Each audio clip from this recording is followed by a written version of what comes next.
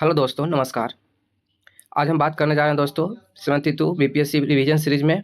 आज हम special general science का बायोलॉजी का क्वेश्चन प्रीवियस ईयर का लाए हैं दोस्तों, जो एमसीक्यू पर आधारित है। और ये ऑल प्रीवियस ईयर क्वेश्चंस जितने भी बायोलॉजी में पूछे गए हैं सबका जहाँ तहाँ से उठाया हुआ है दोस्तों। तो आप इसको इत्मीनान से पढ़ाई के साथ इस पर लगाते चलिए। 100 क्वेश्चन है दोस्तों, इसमें आराम से आपका एक तरीके से रिवीजन सीरीज चल रहा है दोस्तों। रिवीजन केवल किया जाएगा इसमें वन लाइनर है, और इसमें जो प्रीवियस ईयर क्वेश्चन जो पूछे हुए हैं बस उसको देखे जा रहे हैं। तो आगे चलते हैं अपने क्वेश्चन की ओर। सबसे पहला क्वेश्चन है दोस्तों इसमें कि मानव शरीर की सबसे बड़ी ग्रंथि कौन सी है। मानव शरीर की सबसे बड़ी ग्रंथि कौन सी है? तो क्या होगा दोस्तों इसमें, मानव शरीर की सबसे बड़ी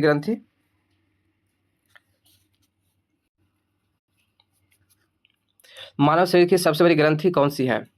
अग्नाशय है, आकृति है, थायराइड है, या फिर पीयूष ग्रंथि है? इनमें से कौन सी होगी दोस्तों? तो इसमें क्या हो जाएगा, यकृत मानव शरीर की सबसे बड़ी ग्रंथि है। यकृत क्या है दोस्तों? मानव शरीर की सबसे बड़ी ग्रंथि है। अग्नाशय जो है, ये देखिए दोस्तों, ये जो अग्नाशय है ये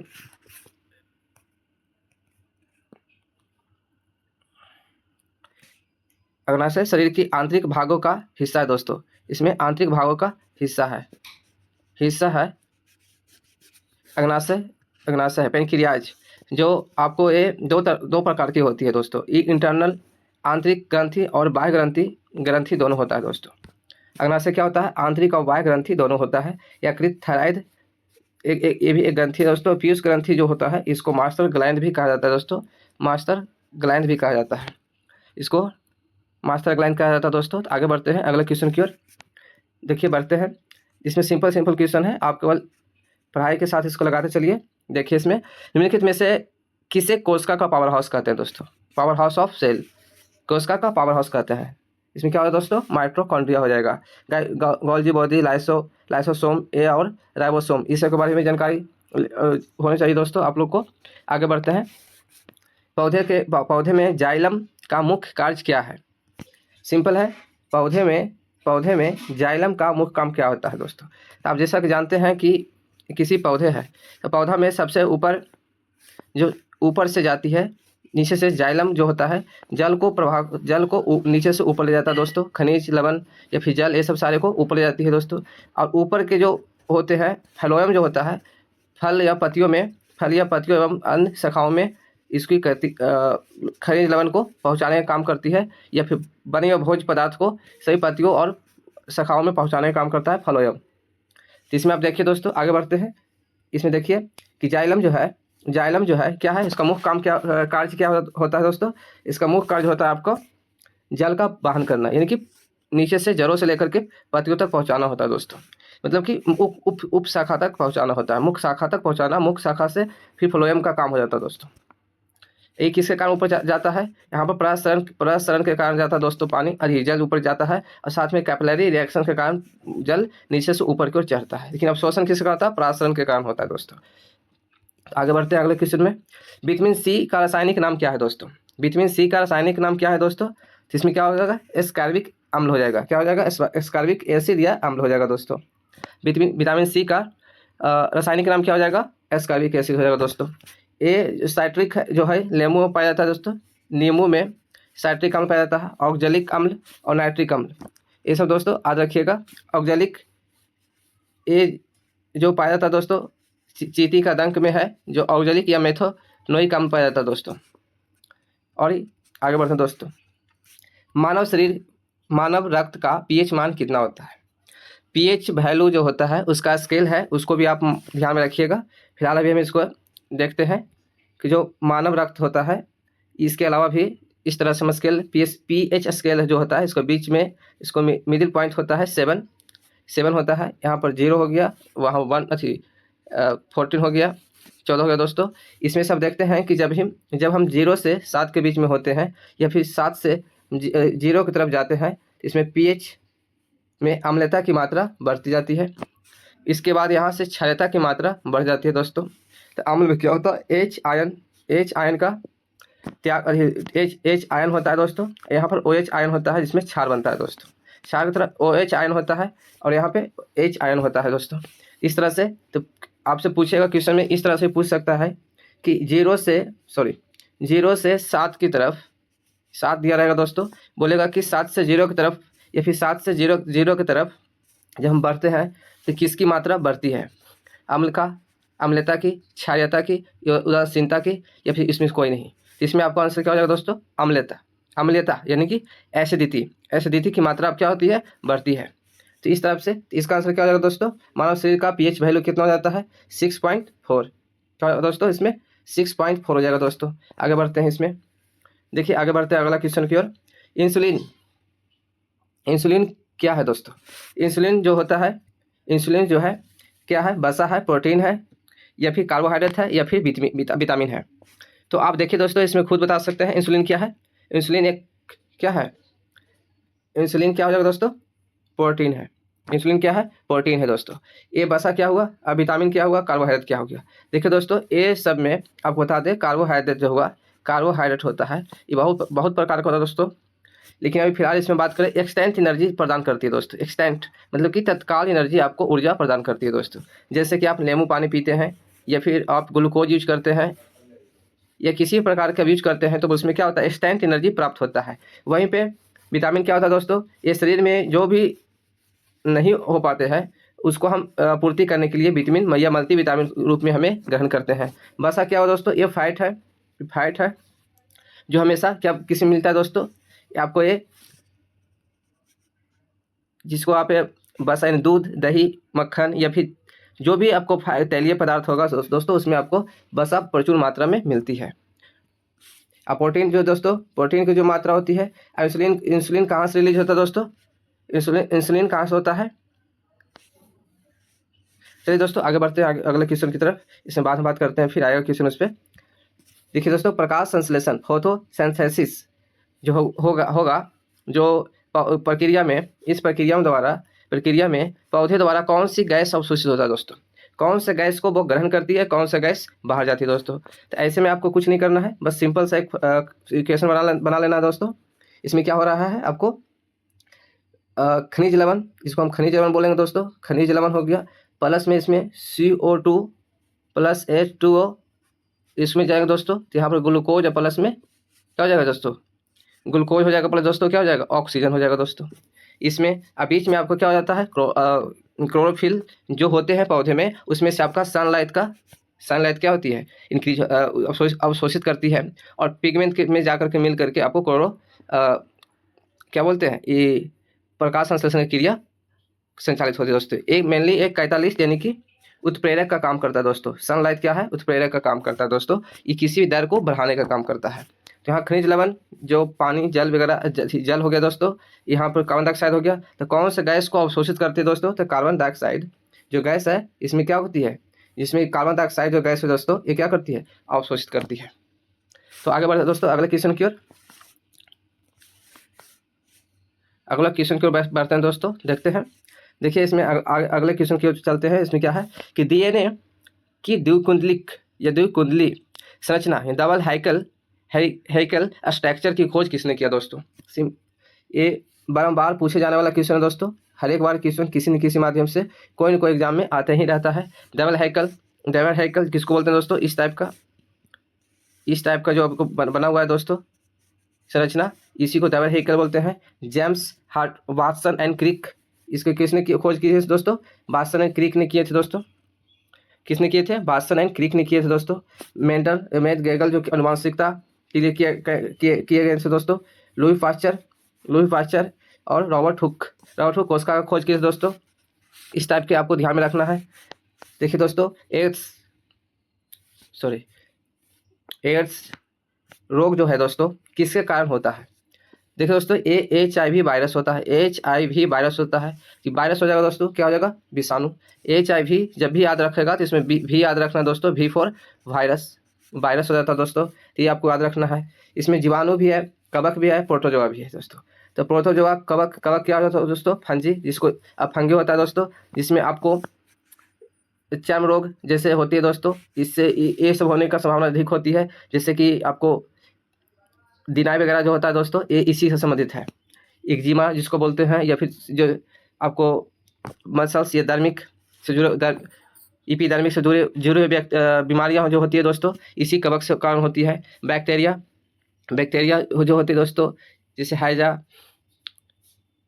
हाइजा ये सब क्या है दोस्तों, ये जीवाणु से होने वाले बीमारी है दोस्तों। हाइजा कोरोना ये सब क्या है दोस्तों, ये सब जो महामारी टाइप का होता है। ये दोनों हाइजा कोरोना भी है जो है, ध्यान रखिएगा, दोनों महामारी से जुड़ा हुआ ज़्यादा करीब है दोस्तों। सिंपल बैक्टीरिया से भी होता है दोस्तों। ये हाइजा जो होता है, हाइजा होता है या फिर इसको कोरोना भी बोलते हैं, ये भी बहुत महामारी रूप पैंडेमिक रूप ग्रहण कर लेती है दोस्तों। यहाँ पर ये जो अभी जो हम लोग के पास आया था कोरोना जो आया था, सार्स ये जो आया था, ये भी पैंडेमिक रूप लिया था दोस्तों। जैसे कि आपने 2020 के आसपास में देखे थे, इसी टाइप का ये क्या है, वायरस से हुआ था, लेकिन ये क्या जो बैक्टीरिया से हुआ था। हाइजा वगैरह जो आती है दोस्तों, ये क्या है, जीवाणु से हुआ था दोस्तों। आगे बढ़ते हैं अगले क्वेश्चन की ओर। देखिए, और इसमें एक याद रखिएगा, 1 दिसंबर को दोस्तों हम लोग अवेयरनेस फैलाने के लिए एड्स दिवस के रूप में भी मनाते हैं दोस्तों।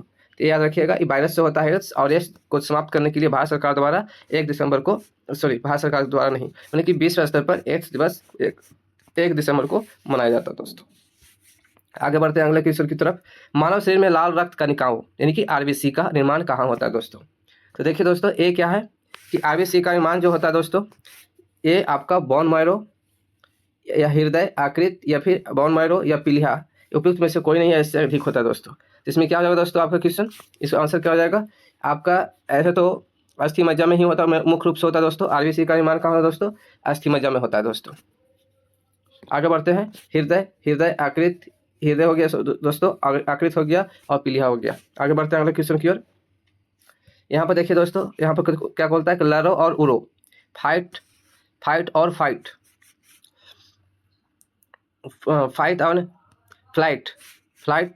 एंड फ्लाइट हार्मोन जो है दोस्तों, ये क्या कहलाता है, या फिर कौन सा हार्मोन जो है, हार्मोन जो लरो और उरो के नाम से जाना जाता है दोस्तों, या फाइट और फ्लाइट के रूप में जाना जाता है दोस्तों। तो आप जानते ही हैं कि ये एड्रेनलिन जो हार्मोन होता है दोस्तों, जो फाइट और फ्लाइट के रूप में जाना जाता है। फाइट और फ्लाइट के रूप में ये जनरली वो एग्रेशन को सूचित करता है दोस्तों, एग्रेशन को सूचित करता है। इसमें ऑक्सोटॉक्सिक, एंड्रोजन और इंसुलिन, ये सब क्या है, इस हार्मोन का नाम है दोस्तों। ये सब क्या करती है, ऑक्सोटॉक्सिक जो हम होता है दोस्तों, किसी भी हम मवेशी को देने का काम करते हैं, या फिर प्रेगनेंसी के दौरान महिलाओं को या माताओं को, शिशुओं को पेन को कम करने या फिर दूध को उत्पन्न करने के लिए ही हम महिलाओं और ही माताओं को, शिशुओं को अच्छा स्तनपान कराने के लिए महिलाओं को दिया जाता है दोस्तों। तो इस टाइप का ही ये यहाँ पर है। आगे बढ़ते दोस्तों, देखिए 12वां नंबर क्वेश्चन है, दी नाइट ब्लाइंडनेस किस विटामिन की कमी के कारण होती है दोस्तों, किस विटामिन के कमी के कारण होती है दोस्तों। तो आप देखेंगे इसमें नाइट ब्लाइंडनेस जो होता है, vitamin A, vitamin B, vitamin C और विटामिन डी, इसके कारण होता है दोस्तों। तो विटामिन ए के कमी के कारण नाइट ब्लाइंडनेस होता है दोस्तों। क्या होता है, नाइट ब्लाइंडनेस जो होता है विटामिन ए की कमी के कारण होता है दोस्तों। आप आते हैं 20 से क्या होता है दोस्तों, बेरी एकदम यूनिवर्सल हो गया है। सी से क्या होता है दोस्तों, अस्कर्विक रोग होता है दोस्तों। क्या होता है, अस्कर्विक रोग। डी से क्या होता है, रेक्टस या फिर इसको अस्टियोसिस होता है दोस्तों। रिक्टेस जो बच्चों में होता है दोस्तों, अस्टियोसिस जो बड़ों में होता है दोस्तों, विटामिन डी की कमी से। आगे बढ़ते हैं अगले क्वेश्चन की ओर। देखिए दोस्तों, पेनिसिलिन की खोज किसने की थी। सिंपल है दोस्तों, पेनिसिलिन की खोज किसने किया था दोस्तों। तो आपको ध्यान में रखना होगा दोस्तों, क्या किया थे, एडवर्ड जेनर किए थे, अलेक्जेंडर किए थे, फ्लेमिंग किए थे, या फिर रूई पास्चर किए थे, या रॉबर्ट कोच किए थे दोस्तों। तो आपको जानकारी है, तो इस क्वेश्चन को आंसर आप खुद ही देना चाहेंगे दोस्तों। क्या करेंगे, आप खुद ही इसका क्वेश्चन का आंसर देंगे, या फिर हम इसको बाद में बताएंगे। क्वेश्चन नंबर 13 है दोस्तों, हम ध्यान देंगे कि इसका आंसर आप लोग दे पाएंगे नहीं, क्योंकि हमेशा क्वेश्चन बार बार रिपीट करने वाला क्वेश्चन है दोस्तों। आप खुद इसका आंसर दीजिए। आगे बढ़ते हैं अगले क्वेश्चन की तरफ। देखिए दोस्तों, इसमें आता है कि मानव शरीर की सबसे छोटी हड्डी कौन सी है। तो आप फीमर हो गया दोस्तों, अस्टेपिस हो गया, फीमर हो गया, टिबिया हो गया, या ह्यूमरस हो गया दोस्तों। क्या हो गया दोस्तों, ह्यूमरस हो गया। तो क्या बताएंगे दोस्तों, इसमें फीमर हो गया, अस्टेपिस हो गया, अस्टेपिज हो गया दोस्तों। क्या इसका हो जाएगा आंसर दोस्तों, अस्टेपिज। इसको क्या हो जाएगा दोस्तों, अस्टेपिज हो जाएगा आंसर। इसको क्या हो जाएगा, अस्टेपिज हो जाएगा दोस्तों। आगे बढ़ते हैं अगले क्वेश्चन की तरफ। देखिए दोस्तों, इसमें हम देखते हैं, आगे बढ़ते हैं। तो किण्वन जो है फर्मेंटेशन, जो किण्वन जो है दोस्तों, फर्मेंटेशन जो रिएक्शन है, किण्वन जो है दोस्तों, ये कह रहा है कि किण्वन जो रिएक्शन होता है, प्रक्रिया है, खोज किसने किया था दोस्तों। किण्वन का जो प्रक्रिया है, किण्वन प्रक्रिया जो हुआ या फिर रिएक्शन है, इसको खोज किसने किया था दोस्तों, ये पूछ रहा है आपसे। तो आप क्या बताएंगे दोस्तों इसका क्या बताएंगे, चार्ल्स डार्विन किए थे, या लुई पास्चर किए थे, जोसेफ लिस्टर किए थे, अलेक्जेंडर फ्लेमिंग किए दोस्तों। तो आप बताएंगे किण्वन अभिक्रिया का खोज किसने किया था दोस्तों। तो किण्वन अभिक्रिया का खोज किसने किया था दोस्तों, लुई पास्चर। किसने किए थे, लुई पास्चर ने किण्वन अभिक्रिया का खोज किए थे दोस्तों। किसने किए थे, लुई पास्चर ने किण्वन अभिक्रिया का खोज किया दोस्तों। आगे बढ़ते हैं अगले क्वेश्चन की तरफ। देखिए इसमें लिखा हुआ है कि पौधे में क्लोरोफिल बनने के लिए कौन सा तत्व आवश्यक है दोस्तों। आप बताएंगे दोस्तों इसका कि पौधे में क्लोरोफिल बनने के लिए कौन सा तत्व आवश्यक है। क्या हो जाएगा दोस्तों, पौधे में क्लोरोफिल बनने के लिए कौन सी तत्व आवश्यक है। तो इसमें आप देखिएगा दोस्तों, आपको यहाँ क्या हो जाएगा, कैल्शियम हो जाएगा, सॉरी कैल्शियम हो जाएगा, मैग्नीशियम हो जाएगा, पोटेशियम हो जाएगा, या लोहा हो जाएगा। कौन सा हो जाएगा दोस्तों, इसमें कौन सा क्लोरोफिल बनने के लिए आवश्यक होती है, किसी पौधे में क्लोरोफिल बनाने के लिए कौन सा तत्व आवश्यक होती है दोस्तों। तो आप यहाँ पर आ जाइए, क्या होगा दोस्तों, आपको आंसर क्या हो जाएगा, आपका आंसर हो जाएगा दोस्तों मैग्नीशियम। क्या हो जाएगा दोस्तों, मैग्नीशियम जो होता है पौधे में क्लोरोफिल बनाने के लिए आवश्यक होता है दोस्तों। आगे बढ़ते हैं अगले क्वेश्चन की तरफ। अगले क्वेश्चन को पढ़ते हैं दोस्तों, देखते हैं। बात है दोस्तों कि किस वैज्ञानिकों को अनुवांशिकता का या अनुवांशिकी का पिता यानी जेनेटिक्स, फादर ऑफ जेनेटिक्स कहा जाता है दोस्तों। आप जानते ही हैं कि Thomas Hunt, Morgan, Geiger, Johan Mendel, Charles Darwin या लामार्क। तो बताइए दोस्तों इसका कौन सा आंसर हो जाएगा दोस्तों। इसमें क्या हो जाता है दोस्तों, इसमें आंसर हो जाएगा आपका, क्या हो जाएगा दोस्तों, ग्रेगर जॉन मेंडल। जो मेंडल ऐसे भी याद रखिए दोस्तों, अनुवांशिकता के या अनुवांशिकी का पिता किन्हें कहा जाता है, ग्रेगर जॉन मेंडल को कहा जाता है दोस्तों। आगे बढ़िए, एक क्वेश्चन इसमें देखते हैं, आगे बढ़ते हैं दोस्तों, देखते हैं इसमें कि मानव मस्तिष्क का कौन सा भाग शरीर के संतुलन को नियंत्रित करता है दोस्तों। मस्तिष्क का कौन सा भाग शरीर को नियंत्रित करता है, संतुलन को नियंत्रित करता है दोस्तों। आप इसका आंसर क्या बताएंगे दोस्तों, इसका क्या आंसर हो जाएगा, इसका आंसर हो जाएगा सेरेबेलम या सेरेबेलम या फिर मेंडुला ऑब्लिंगोटा या फिर थैलेमस। तो कौन सा होता है दोस्तों जो शरीर को टेम्परेचर को क्या संतुलन को क्या करता है, नियंत्रित करता है दोस्तों। तो क्या हो जाएगा आपको, सेरेबेलम हो जाएगा दोस्तों, जो शरीर को संतुलन शरीर के संतुलन को नियंत्रित करता है। क्या हो जाएगा दोस्तों इसका आपका आंसर, इसका हो जाएगा आपको सेरेबेलम, जो आपका शरीर के संतुलन को नियंत्रित करती है दोस्तों। आगे बढ़ते हैं अगले, थैलेमस जो होता है दोस्तों, इस टेम्परेचर को नियंत्रित करते हैं दोस्तों। थैलेमस जो है आपको टेम्परेचर को नियंत्रित करती है। आगे बढ़ते हैं दोस्तों, आगे बढ़ते हैं। देखिए इसमें कहता है मानव शरीर में आयोडीन की कमी से कौन सी रोग होती है दोस्तों। ये जो रोग वाला भी जो कुछ टॉपिक है दोस्तों, प्लस में जो हम ये अभी जो ऊपर गया था थैलेमस हाइपोथैलेमस जो ये सब जो है, इससे आपको अच्छी तरीके से ध्यान में रखना है दोस्तों। एक बार इसको पढ़ें और अच्छे से लगाएं। फिलहाल जितना भी क्वेश्चन के साथ में जितना भी डिस्कशन करने की बात आएगा दोस्तों हम करेंगे। जैसे इस क्वेश्चन को लेकर के देखिए, आपको हम अच्छे से इसको डिस्क्राइब कर देते हैं। तो देखिए दोस्तों, मानव शरीर में आयोडीन की कमी बोल रहा है दोस्तों। तो ये विटामिन डी की कमी से क्या होता है दोस्तों, रक्तस्राव हो जाता है। घेंगा रोग जो होता है आयोडीन की कमी से होता है दोस्तों। यह स्कार्बिक रोग विटामिन सी होता है। एनीमिया विटामिन ए की कमी से होता है दोस्तों। तो आप इसको ध्यान में रखिएगा दोस्तों, सभी को कमी से, किसकी कमी से ये रोग होता है, तो रेक्टस विटामिन डी की कमी से होता है दोस्तों। घेंगा यानी ग्वाइटर या ग्वाइट जो होता है दोस्तों, घेंगा जो होता है आयोडीन की कमी से होता है दोस्तों। किसकी कमी से होता है, घोंगा आयोडीन की कमी से होता है। घेंगा बोले या फिर घेंगा रोग जो क्या होती है, आयोडीन की कमी से। स्कार्बिक किससे, विटामिन सी की कमी से होता है दोस्तों। और एनीमिया जो होता है, एनीमिया जो है विटामिन ए की कमी से होता है दोस्तों, जिसको हम बोलते हैं खून की कमी। यानी क्या होती है दोस्तों, खून की कमी कहा जाता है। आगे बढ़ना दोस्तों अगले क्वेश्चन की तरफ। हम जितना संभव हो सकता है दोस्तों हम इसको करने की कोशिश करेंगे। बाकी जो भी क्वेश्चन अगर हमसे नहीं हो पाता है या कुछ मिस्टेक हो जाता है तो आप जरूर हमें बताएं, ताकि उसमें सुधार करेंगे या अगले बार जो भी हो गलती उसमें सुधार करने की कोशिश करेंगे। आत्महत्या की थैली, सुसाइड बैग किसे कहा जाता है दोस्तों। लाइबोसोम को दोस्तों, या फिर लाइसोसोम को कहते हैं दोस्तों, या फिर सेंट्रोसोम को, या माइटोकॉन्ड्रिया। इनमें से कौन सा आंसर हो जाएगा दोस्तों। इसमें सुसाइड बैग की जो थैली होती है, नहीं आत्महत्या की जो थैली होती है, किसको कहा जाता है दोस्तों, लाइसोसोम को कहा जाता है दोस्तों। किसको कहा जाता है, लाइसोसोम को कहा जाता है। जो राइबोसोम जो होता है दोस्तों, इसमें प्रोटीन का क्या होता है, प्रोटीन का संश्लेषण होता है दोस्तों। लाइसोसोम में क्या होता है, प्रोटीन का संश्लेषण होता है। और सेंट्रोसोल और माइटोकॉन्ड्रिया जो होता है दोस्तों, ये ऊर्जा गृह होता है दोस्तों, पावर हाउस होता है, कोशिका का पावर हाउस होता है दोस्तों। इसमें आपको डीएनए भी प्रेजेंट होता है दोस्तों। इसमें क्या होता है, डीएनए भी प्रेजेंट होता है। आगे बढ़ते हैं दोस्तों अगले क्वेश्चन को, हीमोग्लोबिन में कौन सी धातु पाई जाती है दोस्तों। अभी हमने क्या बोला दोस्तों कि पौधे में कौन सी तत्व पाई जाती है जिससे क्लोरोफिल का निर्माण होता है। तो आपने क्या बताया, तो मैग्नीशियम बताएं दोस्तों आपने। फिर अब यहाँ पर हीमोग्लोबिन की बात कर रहा है दोस्तों, हीमोग्लोबिन में यानी कि रक्त में, सॉरी इसको हम बोल सकते हैं दोस्तों कि रक्त में यानी कि ब्लड में दोस्तों, इसमें रक्त में क्या कौन सी धातु पाई जाती है, मेनली ये पूछने चाह रहा है दोस्तों। तो इसमें क्या होगा दोस्तों, तांबा, जस्ता, लोहा और मैग्नीशियम। आप इसका सही आंसर दीजिए दोस्तों। इसका क्या हो जाएगा, आपको जो आयरन होता है दोस्तों, जिसमें जो आयरन होता है, दोस्तों, ये क्या होता है हमारे हीमोग्लोबिन में, हमें हीमोग्लोबिन में क्या होता है दोस्तों, पाई जाती है। आयरन हमारे हीमोग्लोबिन में पाई जाती है दोस्तों।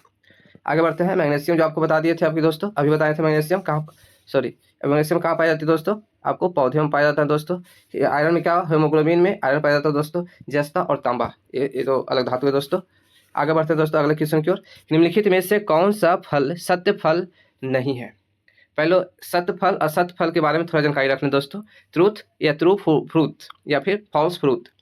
तो दोस्तों जैसा कि हम आपको बता रहे हैं कि ट्रू फ्रूट जो होता है या ट्रू फ्रूट का मतलब यह है कि जिसकी जो निषेचन के पूरी प्रक्रिया कंप्लीट होने के बाद ही फल का निर्माण होता है दोस्तों, उससे हम ट्रू फ्रूट बोलते हैं।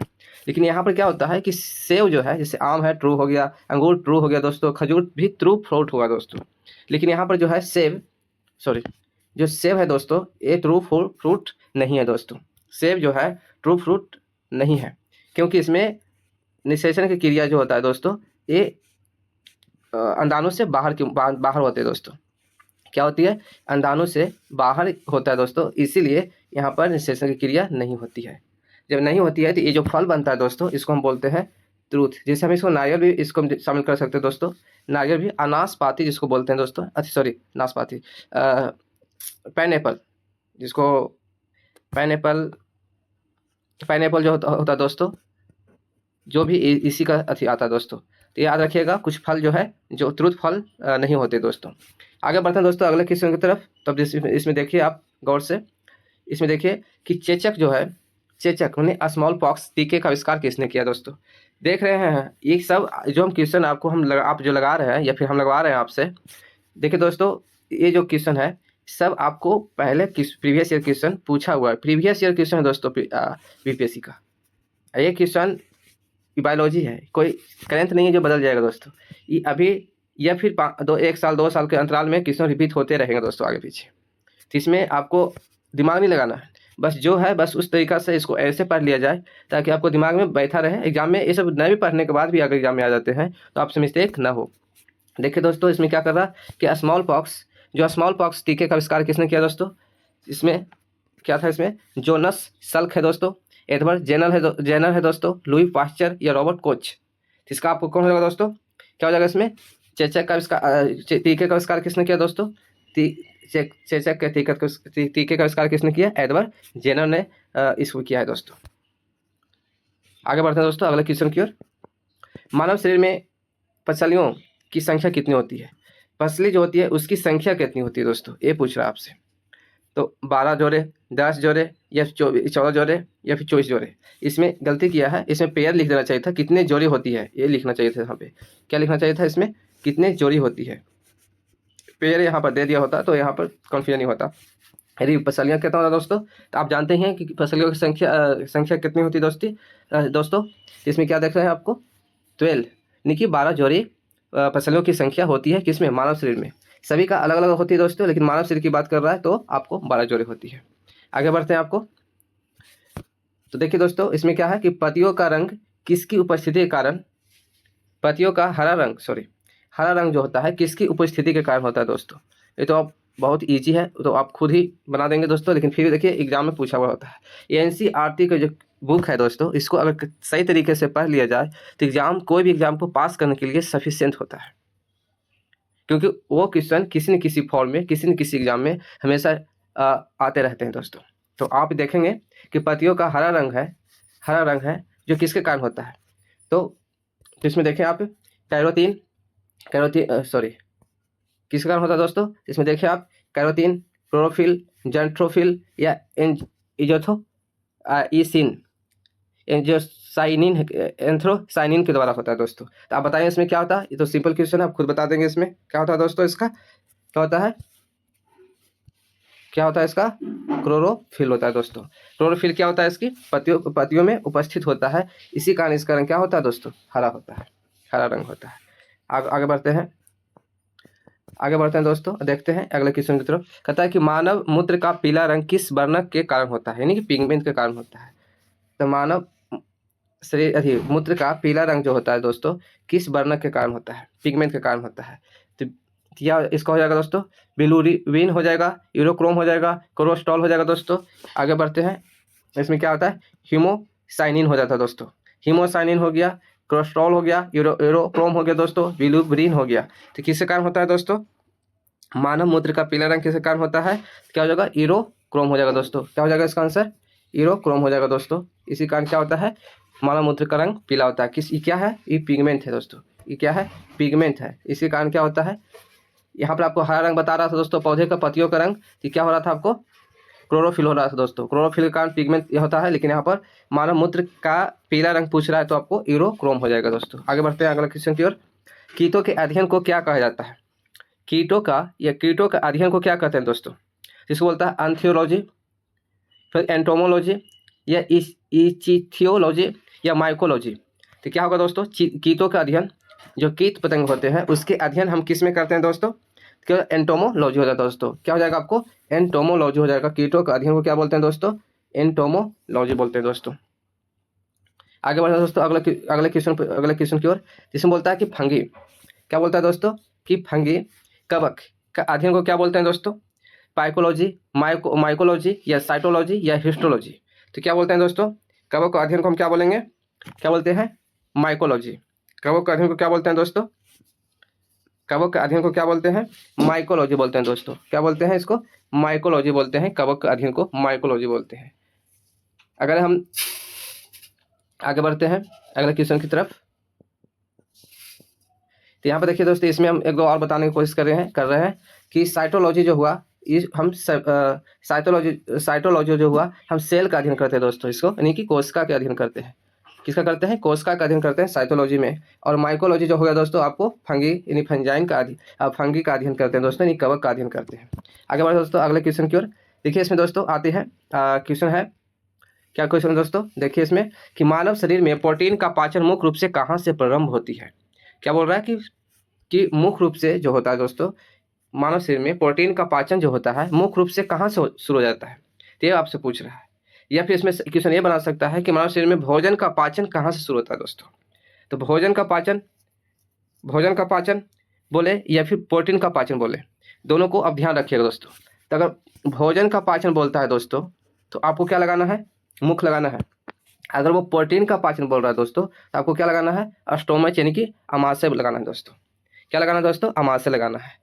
प्रोटीन बोले तो अमाशय, और अगर भोजन बोलता है तो मुख बोलना है दोस्तों, क्योंकि वहाँ पर आपको टाइलिन जो हार्मोन है, जो लार के रूप में जो मिलती है, वो वहीं से टाइलिन के हार्मोन से ही शुरुआत हो जाता है दोस्तों। यहाँ भोजन को एक पेस्ट के रूप में वो यहीं पर से क्या करता है आपको गलाना, या फिर उसको मध्य के रूप में बनाने की कोशिश करता है दोस्तों। आगे बढ़ते हैं दोस्तों अगले क्वेश्चन की ओर। देखिए यहाँ पर रक्त समूह यानी ब्लड ग्रुप की खोज किसने किया दोस्तों, ब्लड ग्रुप का खोज किसने किया है दोस्तों। तो आप इसको ध्यान में रखिएगा, Karl Landsteiner, William Harvey, Robert Hooke, या लुई पास्चर। किसने किया दोस्तों ब्लड ग्रुप का खोज। तो ब्लड ग्रुप का खोज किसने किया दोस्तों, आप तो ये जानते ही हैं, इसको क्या हो जाएगा आपको, कार्ल लाइडस्टीनर हो गया दोस्तों, ब्लड ग्रुप का खोज किया है। रॉबर्ट हुक क्या था दोस्तों, रॉबर्ट हुक क्या था, कोशिका का खोज किया था दोस्तों। क्या किया था, रॉबर्ट हुक कोशिका का खोज किया था दोस्तों। आगे बताएंगे, कोशिका में भी बहुत प्रकार से जो खोजा गया था। मानव शरीर में सबसे बड़ी अंतःस्रावी ग्रंथि, अभी जो हम ऊपर जो चर्चा किया था दोस्तों पेनक्रियाज को लेकर के, वो अंतःस्रावी पेनक्रियाज क्या है, पेनक्रियाज जो है दोस्तों, पेनक्रियाज जो है दोस्तों, पेनक्रियाज जो है, जो अंतःस्रावी जो ग्रंथि हुआ, एंडोक्रिमिन ग्लैंड हुआ दोस्तों, ये क्या है, अंतःस्रावी ग्रंथि जो पूछ रहा है। आप बता रहे थे कि अंतःस्रावी और बाह्यस्रावी ग्रंथि दोनों होता है दोस्तों, कौन होता है, पेनक्रियाज होता है दोस्तों। पेनक्रियाज जो होता है, अग्नाशय जिसको बोलते हैं, ये अंतः और बाह्यस्रावी दोनों ग्रंथि होती है। एकमात्र ऐसी ग्रंथि है दोस्तों जो दोनों ग्रंथियाँ दोनों गुण एक ही ग्रंथि में पाई जाती है। अंत और बाह्य ग्रंथि, बाह्यस्रावी ग्रंथि दोनों कहलाता है दोस्तों। लेकिन यहाँ पर क्या बोलता है, महाशय की बड़ी सबसे बड़ी ग्रंथि भी है और अंतःस्रावी ग्रंथि है, तो दोनों आपको बताना है दोस्तों। तो क्या बताएंगे दोस्तों, जिसमें है अंतःस्रावी ग्रंथि है, ऐसे आपको क्या हो जाएगा दोस्तों, इसका आंसर क्या हो जाएगा आपको, थायराइड। थायराइड जो है सबसे बड़ी अंतःस्रावी ग्रंथि है दोस्तों। ये जो होता है दोस्तों मास्टर ग्लैंड जिसको बोलते हैं दोस्तों, मास्टर ग्लैंड होता है दोस्तों। एनियल ग्रंथि, अग्नाशय जो बताए थे, अंतःस्रावी और बाह्यस्रावी दोनों ग्रंथि होती है दोस्तों। आगे बढ़ते हैं अगले क्वेश्चन की ओर। मास्टर ग्लैंड जो भी आप ऊपर चर्चा कर रहे थे हम, कि नाम से किससे जाना जाता है दोस्तों, थाइलमस या थाइमस, कुछ पीतल ग्रंथि या पीतक जिसको बोल सकते हैं, यहाँ मिस्टेक है, टाइपिंग मिस्टेक है दोस्तों, यहाँ पर पीतक होगा, पीत ग्रंथि जिसको बोल सकते हैं, या फिर इसको पीयूष ग्रंथि दोस्तों, थायराइड ग्रंथि। तो अभी मास्टर ग्लैंड पिट्यूटरी ग्लैंड को कहा जाता है दोस्तों, पिट्यूटरी ग्लैंड को मास्टर ग्लैंड, या फिर पीयूष ग्रंथि को भी मास्टर ग्लैंड, पीयूष ग्रंथि को मास्टर ग्लैंड कहा जाता है दोस्तों। आगे बढ़ते हैं। थायराइड ग्रंथि से क्या होता है, थायराइड बढ़ने से क्या होता है दोस्तों, किसकी कमी से थायराइड बढ़ जाती है दोस्तों, और थायराइड बढ़ जाती है और इससे क्या होती है, ग्वाइटर या फिर कि घेंघा रोग उत्पन्न हो जाता है दोस्तों। किसकी कमी से, आयोडीन की कमी से दोस्तों। आयोडीन की कमी से क्या होता है दोस्तों, घेंघा रोग उत्पन्न हो जाता है थायराइड की आकार बढ़ जाने से दोस्तों। गला में थायराइड जब आयोडीन की कमी होती है तो गला में थायराइड ग्रंथि बढ़ जाता है दोस्तों, और फूल जाता है, मोटा सा हो जाता है, गर्दन मोटा हो जाता है, जिसके कारण क्या होती है, थायराइड ग्रंथि फूल सूज जाता है और वह घेंघा रोग उसमें उत्पन्न हो जाता है दोस्तों। आगे बढ़ते हैं अगले क्वेश्चन की ओर। कहता है सर्वदाता यानी यूनिवर्सल डोनर जो होता है दोस्तों, यूनिवर्सल क्या होता है, एक्सेप्टर होता है दोस्तों। तो आपको यहीं पर दोनों कंप्लीट कर लीजिए कि सबसे हम ब्लड खून जो है हम लेते हैं दोस्तों, सबसे रक्त हम लेते हैं और सबको रक्त देते हैं। दोनों ग्रुप का नाम बताइएगा। यहाँ पर क्या है, किससे हम लेते हैं दोस्तों, हम सब दाता क्या है, सबको कौन देने वाला होता है दोस्तों। तो इसमें क्या हो जाएगा दोस्तों, आपको इसमें जो है सबको देने वाला जो होता है दोस्तों, ये क्या हो जाता है, ओ नेगेटिव जो होता है सबको देने वाला है, लेकिन सबको हम लेते हैं दोस्तों। तो क्या हो जाएगा दोस्तों, तो इसमें क्या हो जाएगा, ए बी जो हो जाता है दोस्तों, ए बी पॉजिटिव जो है हम सबसे लेते हैं दोस्तों।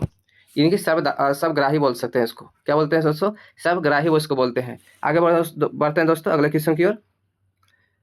और इसमें विशेष है सबग्राही, देखिए यहाँ पर क्वेश्चन भी आ गया कि सबग्राही क्या है दोस्तों, रक्त समूह, रिसेप्टेंट, यूनिवर्सल रिसिपिटेंट जो होता है दोस्तों, एक्सेप्टर रिसिपिटेंट जो होता है, ये क्या होता है दोस्तों, आपका ए बी हो जाता है दोस्तों। क्या हो जाएगा, आपको ए बी हो जाता है, जो आप सबसे ले सकते हैं दोस्तों। क्या है, सबसे आप ग्रहण कर सकते हैं ब्लड। अगर ए ब्लड ग्रुप किसी व्यक्ति का है जो आप सभी से ले सकते हैं, अगर ओ नेगेटिव जो ब्लड ग्रुप है आप सभी को दे सकते हैं दोस्तों।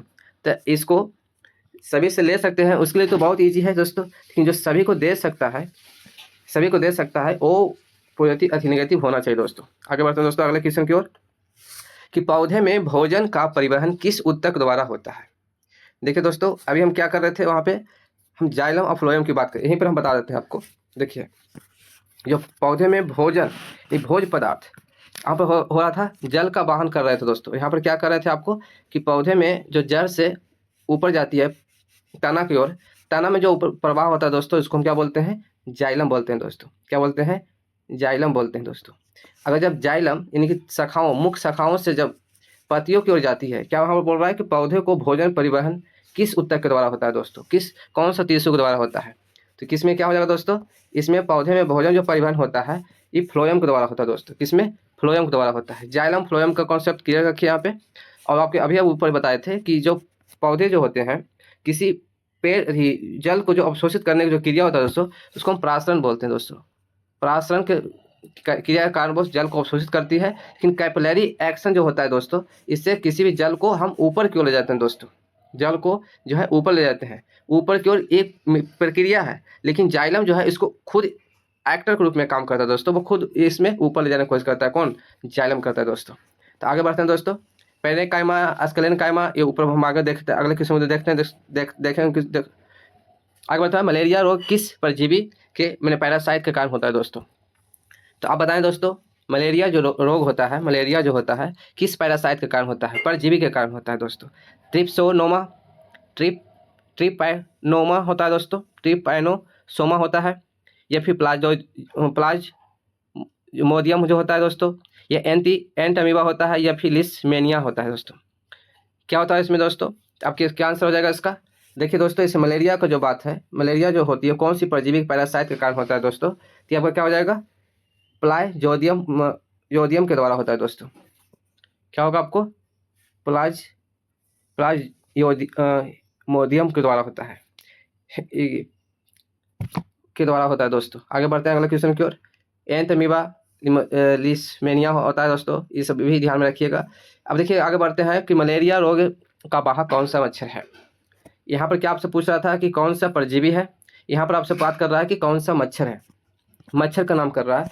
तो आपको ध्यान में रखना है दोस्तों, प्लाज्मोडियम जो होता है, जो आपको प्लाज्मोडियम जो होता है दोस्तों, ये आपका क्या हो रहा है कि पैरासाइट है, ये पैरासाइट का नाम है दोस्तों। क्या है? पैरासाइट का नाम है। लेकिन जो आपका जो मलेरिया जो रोग है, किसके कौन सा मच्छर इसको वाहक के रूप में कार्य करता है, वाहक रूप में इसको यूज करता है? तो आप देखिएगा दोस्तों, याद रखिएगा, मादा एनीफिलीज मच्छर, मादा एडीज मच्छर, क्यूलेक्स मच्छर, या फिर नर एनीफिलीज, फिर नर एनीफिलीज मच्छर। तो आपको ध्यान रखना है दोस्तों, 37 नंबर का क्या हो जाएगा? मादा एनीफिलीज मच्छर हो जाएगा दोस्तों। क्या हो जाएगा आपको दोस्तों? क्या हो जाएगा इसको में? मादा एनीफिलीज मच्छर। मलेरिया का ये वाहक है दोस्तों। क्या है ये वाहक के रूप में काम करता है दोस्तों, लेकिन यह क्या है? ये पैरासाइट है दोस्तों, याद रखिएगा।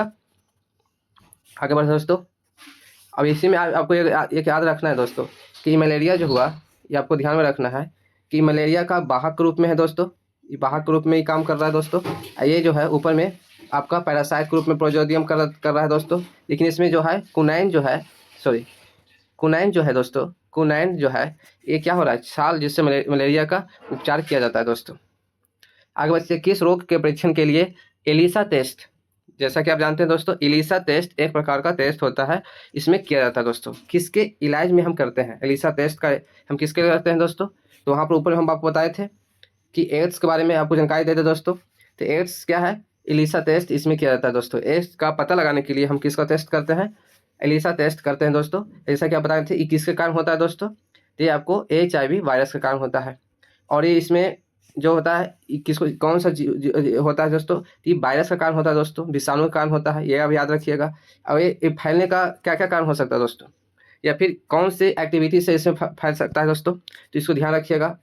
सबसे पहले कि आप किसी सिरिंज यानी सुई जो होता है दोस्तों, जो आप एक ही व्यक्ति को एक ही सुई से बार बार सभी को आप जब देते हैं, आप जब आपको सुई लगाते हैं दोस्तों, तो भी इस प्रकार की होने की संभावना है दोस्तों। पहले फेस देखते हैं दोस्तों, फेस देखते हैं कि एड्स जो है दोस्तों होने का लक्षण बता रहे हैं दोस्तों। तो इसमें सबसे पहले है कि सुई का संक्रमित होना दोस्तों, एक ही सुई से बार बार सभी को देना, तो सुई इंजेक्शन के कारण होता है दोस्तों, इन्फेक्टेड या फिर दूषित इंजेक्शन लगाने से दोस्तों। दूसरा चीज़ है ब्लड, एक ब्लड एक पहला व्यक्ति का ब्लड दूसरे व्यक्ति के ब्लड में क्या होता है दोस्तों? मिल जाता है। तो ये इस तरह का हो सकता है दोस्तों। दूसरी टैटू जो होता है दोस्तों, टैटू जो आप बनवाते हैं, टैटू जो बनवाते हैं दोस्तों, इसमें भी आपका शरीर में जो सुई चुभाया जाता है, फिर दूसरे व्यक्ति जो आते हैं उसमें भी सुई चुभाया जाता है। तो एक ब्लड दूसरे व्यक्ति का ब्लड में क्या संपर्क में रहता है दोस्तों, इस प्रकार भी वायरस एक दूसरे से आ जाता है दोस्तों, इससे भी हो जाएगा दोस्तों। तीसरा क्या हो जाता है? गैर संक्रमित शारीरिक संबंध के कारण भी होता है दोस्तों। गैर संक्रमित तरीके से शारीरिक संबंध स्थापित करने से भी एड्स की होता है दोस्तों। इस तरह से और भी है, जहां हम ब्लड का या फिर ट्रांसफ्यूमिशंस वगैरह जब होता है दोस्तों, इस टाइप का बना रहता है। तो इसमें हम सबसे पहले क्या करते हैं? एलिसा टेस्ट से ही हम किसी को एड्स है या नहीं पता करते हैं दोस्तों। और ये विषाणु कारण होता है दोस्तों। इसमें वायरस कौन सा होता है? HIV होता है दोस्तों, HIV होता है दोस्तों। आगे बढ़ते हैं अगले क्वेश्चन की ओर। देखिए इसमें एक और भी है कि टाइफाइड है, TB है और कैंसर है। कैंसर जो है दोस्तों, कैंसर के बारे में हम बात आगे चर्चा करेंगे। टाइफाइड है और ये क्या है? TB है। TB जो होता है दोस्तों, ये बैक्टीरिया के कारण होता है दोस्तों, याद रखिएगा। ट्यूबरकुलोसिस होता है, ये बैक्टीरिया के कारण होता है दोस्तों। आगे बढ़े, आई क्या करती है? आपको लंग्स का इम्पैक्ट डालता है दोस्तों, लंग्स को प्रभावित करता है। आगे बढ़ते हैं अगले क्वेश्चन की तरफ। मानव शरीर में जल का पुनः अवशोषण मुख्यतः किस अंग में होता है दोस्तों? अब ये बात आया कि जल का अवशोषण पहले भी हो जाता है दोस्तों, लेकिन पुनः इसके होने के बाद भी अगर पुनः होता है दोस्तों, ध्यान रखना है। एग्जाम में हर एक छोटी छोटी चीज़ को ध्यान रखना है। जल्दीबाजी में हम तो क्वेश्चन लगा के चले जाते हैं, अगर आप उतना ही सही होते हैं दोस्तों तो फिर आपको बार बार एग्जाम बैठने की आवश्यकता नहीं पड़ती। ये क्या होता है कि आप इसे ध्यान में रखना है, जल का पुनः अवशोषण मुख्यतः किस अंग में होता है। तो मानव शरीर की बात कर रहा है दोस्तों, तो मानव शरीर का जल का पुनः अवशोषण मुख्यतः किस अंग में होता है, अग्नाशय में, अमाशय में, आकृत में, बड़ी आंत में, छोटी आंत में। तो आपको बताना है दोस्तों इसका आंसर क्या होगा। क्या होता है दोस्तों, जल का पुनः जो अवशोषण होता है दोस्तों वो क्या होता है, आपको बड़ी आंत में होता है दोस्तों। क्या होता है, बड़ी आंत में जल का पुनः अवशोषण होता है। आगे बढ़ते हैं दोस्तों अगले क्वेश्चन की तरफ। तो आपको देखते हैं आगे, ये जो बताया दोस्तों, ये आकृत जो है, आकृत क्या है, शरीर की सबसे बड़ी ग्रंथि है दोस्तों। रेक्टस, रिक्टेस या रेक्टस जो हुआ दोस्तों, ये क्या है, ये जो रेक्टस जो रोग है दोस्तों, किस विटामिन की कमी के कारण होता है। जनरली जो ये जो विटामिन जो होता है दोस्तों, विटामिन डी की कमी के कारण होता है। आई मेनली किस में होता है दोस्तों, बच्चों में होता है। किस में होता है दोस्तों, बच्चों में रेक्टस रोग ज़्यादा होने की संभावना होती है दोस्तों। क्या इसका आंसर हो जाएगा दोस्तों, इसका आंसर विटामिन डी हो जाएगा, आंसर सी हो जाएगा। क्या हो जाएगा, सी हो जाएगा। देखिए दोस्तों अब आगे बढ़ते हैं और उसमें देखते हैं कि रक्त का थक्का जमने में कौन सा विटामिन सहायक होता है दोस्तों तो ये तो बहुत इंपॉर्टेंट है, बार बार क्वेश्चन आता है। इसका भी आंसर आप लोग खुद ही दे दीजिएगा। क्या दीजिएगा, आप लोग 41 नंबर क्वेश्चन का आंसर खुद दीजिएगा दोस्तों। विटामिन ए, विटामिन 12, B12, ई या फिर के, इसमें कौन सा आंसर होगा दोस्तों, आप इसका आंसर खुद दीजिएगा। क्या हो जाएगा दोस्तों, इसका आंसर खुद आप दीजिएगा कमेंट बॉक्स में। हम इंतजार करते हैं कि आप लोग कितने लोग आंसर देते हैं और कितने लोग लेक्चर को अच्छे से सुन पा रहे हैं। आगे बढ़ते हैं अगले क्वेश्चन की तरफ। मानव हृदय में कितने कक्ष होते हैं दोस्तों, कक्ष यानी चैम्बर होते हैं। तो आपको ध्यान में रखना है दोस्तों, ध्यान में रखना है, कुछ कुछ के तो याद रखना है, कुछ को जिन्होंने जो ज़्यादा पूछता है उसको एक बार ध्यान में रखना है, और जो नहीं पूछता उस पर विशेष ध्यान भी देने की आवश्यकता नहीं है। तो देखिए दोस्तों, ये मानव हृदय की बात कर रहा है, मानव हृदय की बात कर रहा है दोस्तों, तो आपको क्या याद रखना है, 4 होते हैं दोस्तों। क्या होता है, मानव हृदय में 4 होते हैं दोस्तों। तो ये हमको याद रखना है। लेकिन हम आपसे पूछ रहे हैं दोस्तों कि मेढक में क्या उतना होता है दोस्तों, तो मेढक में 3 चैम्बर होता है दोस्तों। लेकिन यही आपको कॉकरोच में बताना है दोस्तों, तो कितना हृदय होता है दोस्तों, चैम्बर होता है दोस्तों, तो आपको ये 3 याद रखना दोस्तों। 13 सबसे अधिक ये जो कॉकरोच में होता है दोस्तों। इसी प्रकार से आप और याद रखिएगा दोस्तों, गाय जो होता है दोस्तों, गाय में आप बताइए कितना चैम्बर होता है दोस्तों, गाय में कितने चैम्बर होता है, कोष्ठ होता है, बायो कोष्ठ होता है दोस्तों, आप बताइएगा इसको। ठीक है, तो बता देते हैं दोस्तों, खुद ही हम बता देते हैं। इसमें 3 चैम्बर होता है दोस्तों, ध्यान रखिएगा। पेस मेकर का संबंध शरीर के किस अंग से है दोस्तों। पेस मेकर का संबंध जो है, रिपीट क्वेश्चन है दोस्तों, सब क्वेश्चन एग्जाम में आया हुआ है, हम एक भी अपने मन से नहीं बनाए अभी फिलहाल, सब क्वेश्चन एग्जाम में पूछा, बस उसी को प्रीवियस ईयर का हम आपसे रिवीजन करवा रहे हैं। तो क्या हो जाएगा दोस्तों, आपको पेस मेकर किस अंग से संबंधित है दोस्तों, किडनी से है, मस्तिष्क से है, हृदय से है या फिर फेफड़ा से है दोस्तों। तो किससे हो जाएगा दोस्तों, आपको खुद बताना है। क्या हो जाएगा दोस्तों, इसमें आपका हृदय से हो जाएगा दोस्तों, हार्ट से हो जाएगा दोस्तों, हार्ट। क्या हो जाएगा, पेस मेकर का संबंध किससे है दोस्तों, जैसे कि हम पेस मेकर समझिए दोस्तों क्या है, जिससे अब किसी व्यक्ति को रक्त की असंतुलन हो जाता है दोस्तों, उससे हम इसी तरीका से हम करके फिर से इसको संतुलित करने की कोशिश करते हैं, उसको ब्लड संतुलित करने की कोशिश करते हैं दोस्तों। एक मशीन है जिससे हम पेस मेकर के संबंध है, हृदय से होती है दोस्तों। किडनी से क्या होता है दोस्तों, किडनी क्या है, इसमें डायलिसिस होता है दोस्तों, डायलिसिस प्रक्रिया जो होता है ये किडनी में होता है दोस्तों। इसमें क्या होता है, गुर्दा है जो उसको हम ब्लड को क्या करती है, शुद्धिकरण करती है दोस्तों। डायलिसिस क्या करता है, गुर्दा जो है शरीर में रक्त को शुद्धिकरण करता है दोस्तों। फेफड़ा जो क्या है, वायु को क्या करता है, फेफड़ा जो है वायु को शुद्ध करता है दोस्तों। क्या करता है, वायु को शुद्ध करके हृदय में रक्त में पहुंचाती है दोस्तों, किसको, ऑक्सीजन को। आगे बढ़ते हैं दोस्तों, आगे बढ़ते हैं अगला क्वेश्चन की तरफ। तो आपको याद रखना है दोस्तों, पेस मेकर का संबंध किससे है, हृदय से है। आगे बढ़ते हैं कि डायलिसिस, देखिए क्वेश्चन आ भी गया दोस्तों, यहीं पर क्वेश्चन है, डायलिसिस का उपयोग किस अंग के निष्क्रिय होने पर किया जाता है दोस्तों। डायलिसिस क्या है, जिस तरह से पेस मेकर उसके लिए था, हृदय के लिए था, उसी तरह से डायलिसिस किसके लिए दोस्तों, ये हो जाएगा आपको किडनी, वृक्क यानी कि किडनी के द्वारा होता है दोस्तों। किडनी को रिप्लेस करने के लिए, रिप्लेस के स्थान पर किडनी अगर फेल हो जाती है तो इसे अब हम डायलिसिस तरीके से क्या उपयोग करके हम निष्क्रिय होने पर किया जाता है दोस्तों। अगर आपको किडनी समाप्त हो गया है या फिर फेल हो गया है तो इस तरह से डायलिसिस का मेथड अपना करके हम उसे कृत्रिम किडनी के रूप में हम तैयार कर सकते हैं दोस्तों, या फिर उसे प्रतिस्थापित कर सकते हैं। वृक्क हो गया दोस्तों, यही सेम हो गया, यही क्वेश्चन हो गया, बार बार रिपीट आ रहा है, ये ऑप्शन है, इसमें कुछ बताने की आवश्यकता है नहीं। आगे बढ़े दोस्तों अगले क्वेश्चन की ओर। कहता है पौधे में बाष्पोत्सर्जन यानी ट्रांसपायरेशन जो की दर जो मापने के लिए किस यंत्र का उपयोग करते हैं दोस्तों। यहाँ पर देखिए किस यंत्र का बात कर रहा है दोस्तों, ध्यान रखिएगा, ये यंत्र का बात कर रहा है। तो आप देखिएगा यहाँ पे तो पूछ रहा है कि क्या एक्सोनोमीटर हो गया दोस्तों, पोटोमीटर हो गया, या फिर हाइग्रोमीटर हो गया दोस्तों, इलेक्ट्रोमीटर। तो देखिए दोस्तों ये सब क्वेश्चन जो है, जो क्वेश्चन ऑप्शन में दिया रहता है उसको स्वाभाविक रूप से उसको 1 या 2 बार देखकर ही जाइएगा एग्जाम में। अब पढ़ते समय भी ये सब जो ऑप्शन दिया हुआ है सबको ध्यान में रखना है दोस्तों। क्या क्या करना है, सबको ध्यान में रखना है दोस्तों।